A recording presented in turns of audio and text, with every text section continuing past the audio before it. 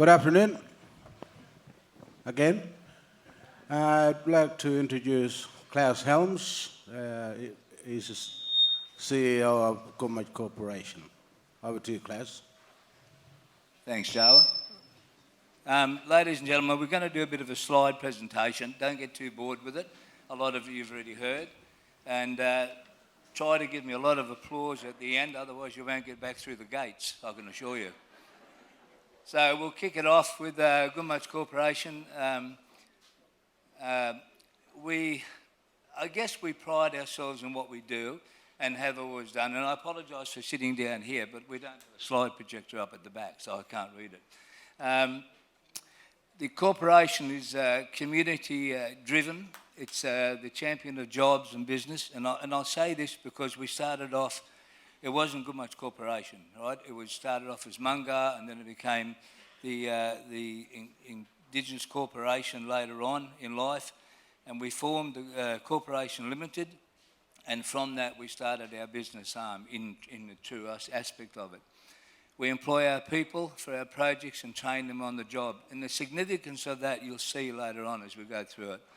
You know, we've had a lot of failures. I don't think any organisation hasn't.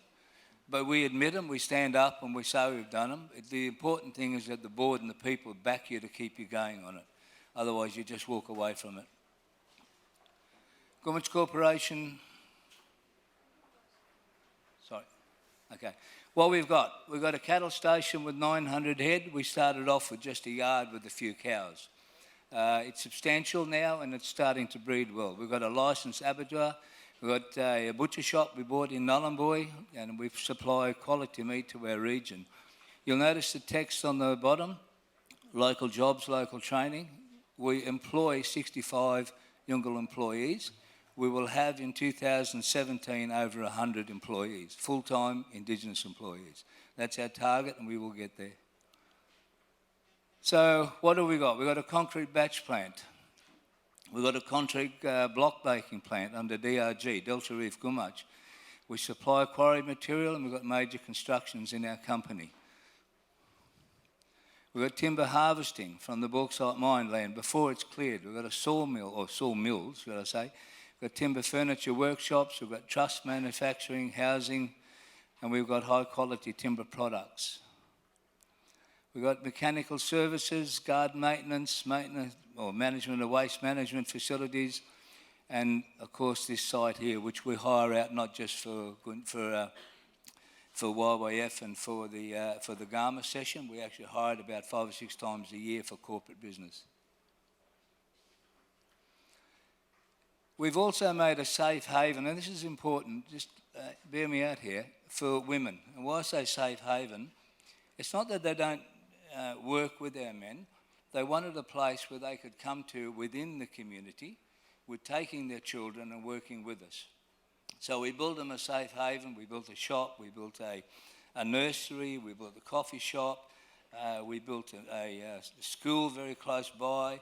We've built everything so that the women from the community can just walk up the road. They don't need transport, and it's women only. Men don't work in that area, and they're very comfortable doing that. It works for us. I guess the biggest thing is we make, it's possible because we don't follow the general rules of employment. Now, it's contrary to how most businesses work, but we found that if we're flexible and we understand culture and we deal with that in a very cultural way, it tends to work. It's hard and it's non-profitable sometimes, but eventually you get there. Eventually you do get the profits in. The biggest thing is getting the people to accept that we are flexible, that you can come in and you bring your problems to work, we listen to them. We don't just reject it and say, well, that's not in our employment contract. We have to do that, and we do that quite successfully, and it works. As I say, 65 employees, I've got people there that have worked right from the beginning. 8 years of employment now, and they're still there every day they show up.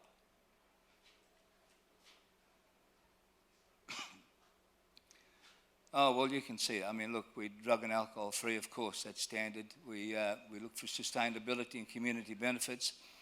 We measure the success by sustainable jobs and the needs of quality for community services.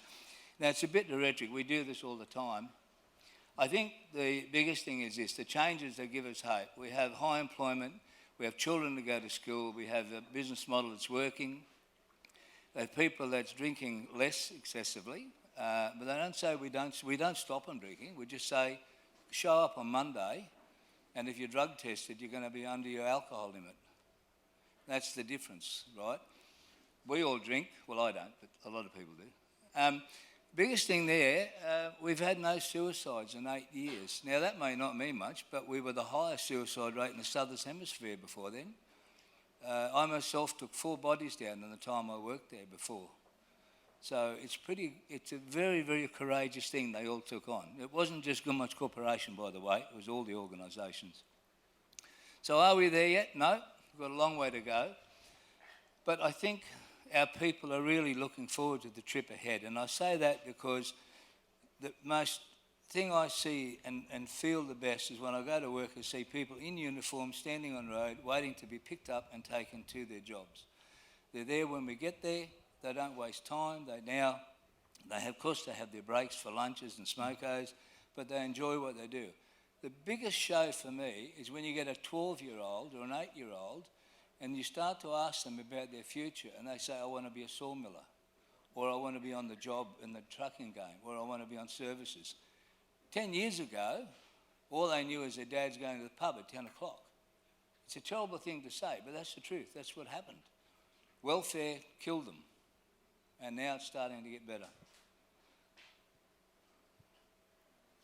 So, a couple of things I'd like to mention today. Where are we today and where are we going? The first thing is, we have to have a future to go ahead. We can't just keep going the way we're going, you need to build it. An MOU that's going to be signed today by the Board of Directors with Sedesco is the first step in changing a broader perspective of not what we do normally. We're looking at developing and broadening where we are and where we're going with our people. This is not a little thing to do for us. We've always been in-house. We've always relied on certain jobs that we can do. Now we're asking to look at broader horoscopes. And believe it or not, Sedesco have done kindly enough, worked with us to get an MOU in place, and I think it's very important. And in a very short time, I'll ask you to come up and sign that MOU before you go away. There also is a joint venture with C-Swift. Why joint venture? Because that's the next step above. That's actually employment. That's looking at development of our ports beyond the mine, beyond Rio Tinto, beyond anything that we've done before, because you've got to start thinking when the bauxite reserves finish. What are we going to do? Are we all going to go back on welfare? No. So we have to we have to get in there and find things that are going to keep us alive for a lot longer in what we're doing. Remember, we only employ 67. We're going to be up to about 100, as I said, by next year.